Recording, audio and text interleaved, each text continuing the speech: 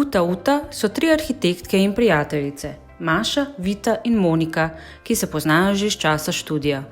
Zgodba Uta pa se je začela kot nek preblisk oziroma ideja ustvariti nekaj drugačnega, nekaj sodobnega in nekaj dizajnerskega za hišne ljubljenčke.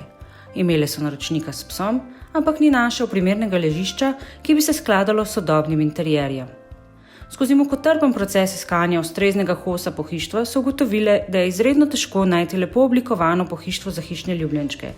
Sprejele so odločitev, da se same preizkusijo na tem področju in oblikujejo lastno linijo pohištva za hišne ljubljenčke pod blagovno znamko Uta.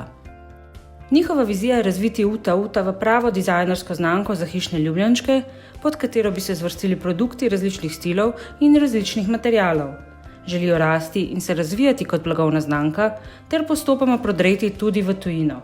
Skrbno spremljajo, kaj se dogaja na dizajnerskem prizorišču in za naslednje leto pripravljajo tudi nekaj bolj drznega.